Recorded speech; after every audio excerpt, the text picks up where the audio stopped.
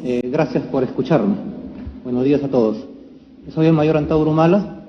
Tengo en prisión más de 10 años por los hechos de Andahuaylas ocurridos en enero de 2005. En ese tiempo gobernaba el presidente Alejandro Toledo Manrique, cuyo gobierno se autotitulaba de transición. Digo esto porque en el manifiesto político que yo redacté, escribí e ideé y que leí en Andahuaylas, el principal causal de aquel hecho era lo que nosotros consideramos el urgente reemplazo del presidente por su vicepresidente, el entonces señor Weissman. David Weissman. Eso está escrito en el manifiesto de Andahuaylas.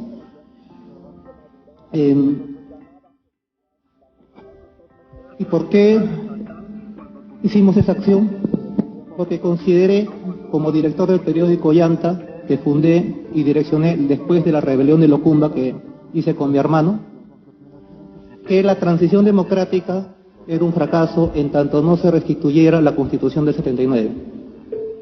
Tal es así que para mí es el principal problema del país, puesto que inclusive el señor García, en su gobierno anterior, en su plan de gobierno, puso restituir la Constitución del 79. No lo hizo. Y después el siguiente presidente, el actual, puso en su plan de gobierno lo mismo. Inclusive juramentó por ella, pero tampoco la restituyó. Entonces, con esto quiero decir, señores magistrados, que el causal principal del andahuaylazo sigue vigente. Y yo no lo niego, jamás lo he negado, siempre lo he asumido ese hecho que está contemplado en el artículo 45 de la actual Constitución, juntamente con el delito de sedición y rebelión, y también tipificado en el Código Penal en el título de delitos contra el orden constitucional y el Estado. Ahora bien, hago este preámbulo porque era necesario dar el causal. Yo concentro en Andahuaylas varios cientos de reservistas, todos convencidos de la causa que acabo de explicar, gente desarmada, todos desarmados, imbuidos en el juramento de fidelidad a la bandera. En todos los ejércitos hay un día en que los reclutas juran fidelidad a la bandera, o sea, a la nación. El nuestro es el 7 de junio. Y estos licenciados juraron defender a la patria, a la nación, con representar la bandera. No juraron defender al gobierno, sino a la nación, que es un elemento superior. Considerábamos entonces que la nación estaba en peligro, estaba vulnerada en su integridad constitucional. Y además,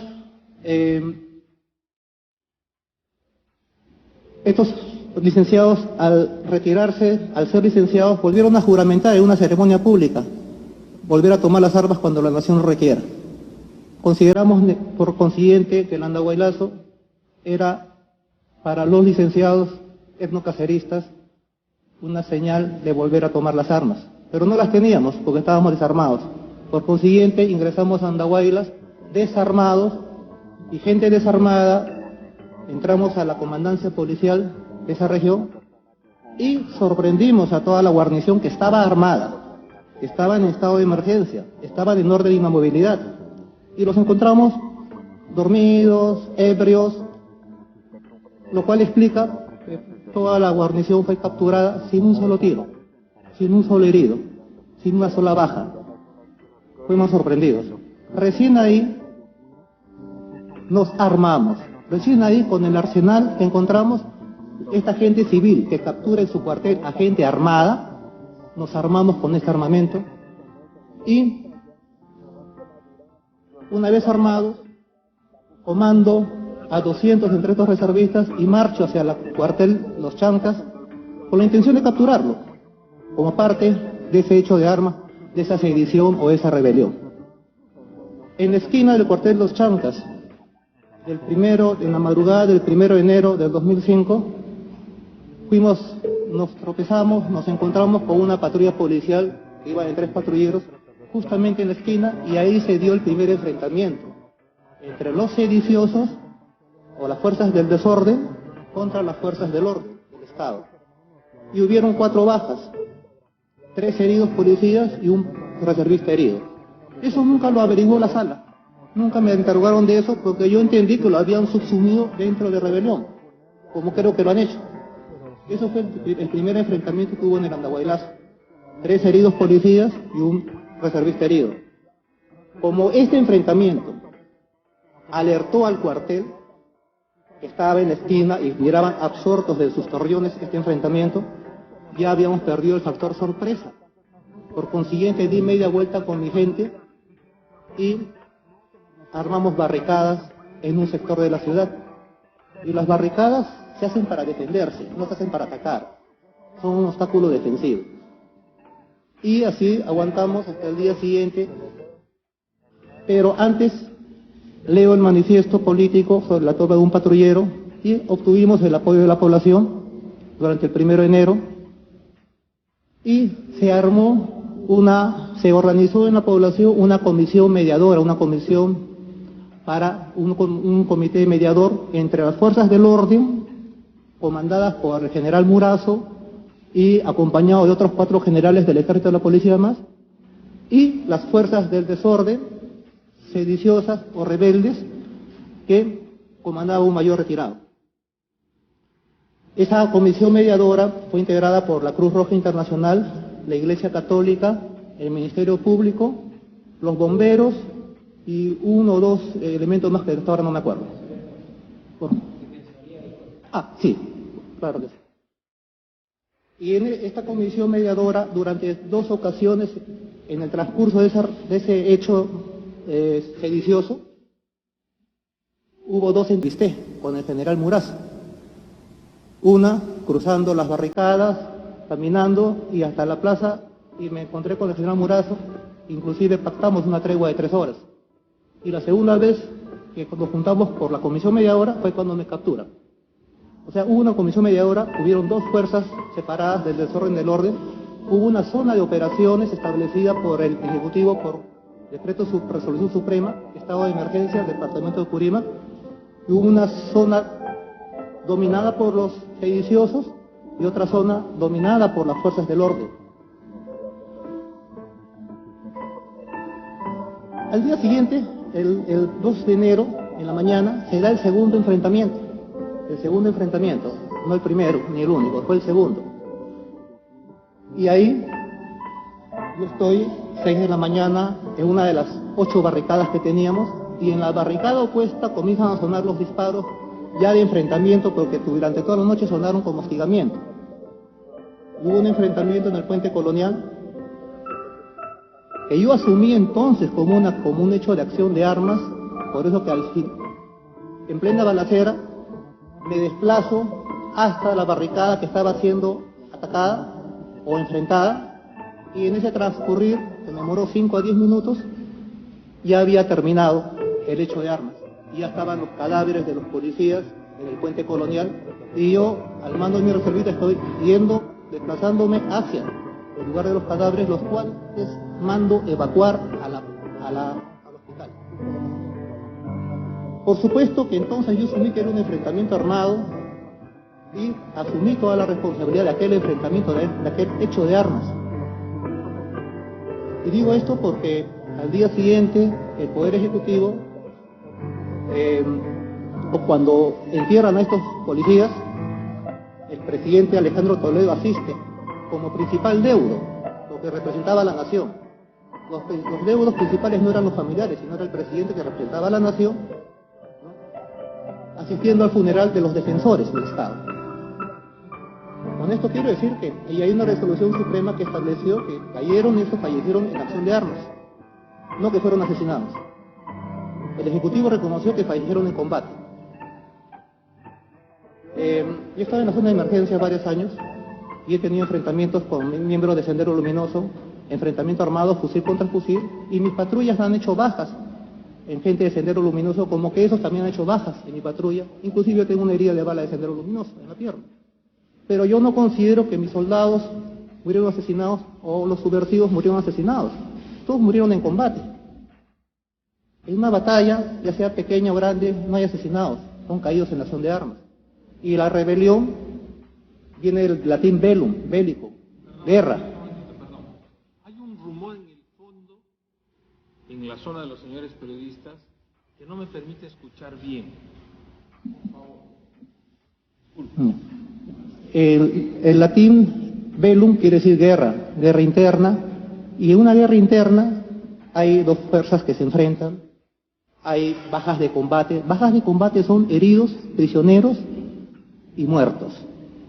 Entonces yo puedo decir que en el Andahuaylazo hubieron como 30, 40 de combate, si contabilizamos los muertos, policías como reservistas, si contabilizamos los prisioneros, no secuestrados, fueron prisioneros, fueron capturados esos policías en su cuartel, y todavía de manera indigna.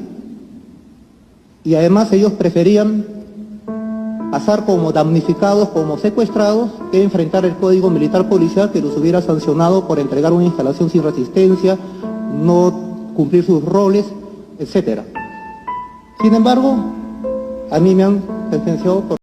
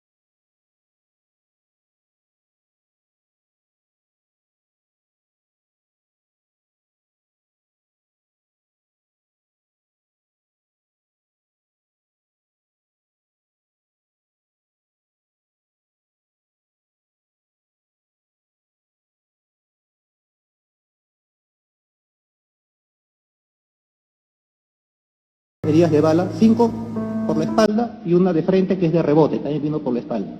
Además, la Corte Suprema, una sala presidida por el doctor Villestein, absolvió a mis dos coprocesados, porque de los 170 reservistas, etnocaceristas, que estamos presos por el Andahuaylazo, han sido absueltos ya todos los acusados de homicidio. Y a mí, que soy el único que no disparé un solo tiro porque no tuve necesidad, yo era el jefe, no disparé nunca un solo tiro, y está probado en autos. A mí me han puesto de coautor en solitario, o sea, soy un coautor que no tengo coautores, y no disparé.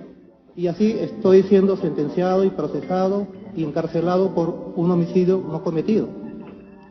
Eso quiere decir de que luego de 10 años de proceso, no se determina hasta ahora quiénes mataron a los 4 policías en el enfrentamiento del puente colonial del 1 de enero de 2005, porque todos los enocaceristas, reservistas han sido absueltos y el único que queda, el suscrito, estoy coautor con nadie y encima sin haber disparado un solo tiro.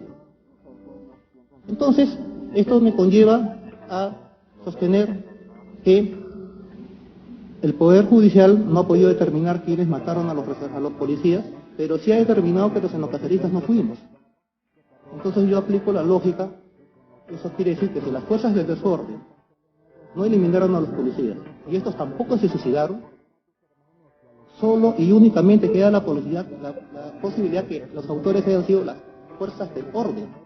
No sé quién, la policía, el ejército, no lo sé, pero solamente queda esa posibilidad. Razón por la cual ese es el único proceso que, según entiendo, en que hay cargos de homicidio y secuestro, no se hizo la reconstrucción de los hechos pese a mi pedido y por lo cual me expulsaban de las audiencias y pese al pedido de los mismos peritos de la policía que verificaron eso.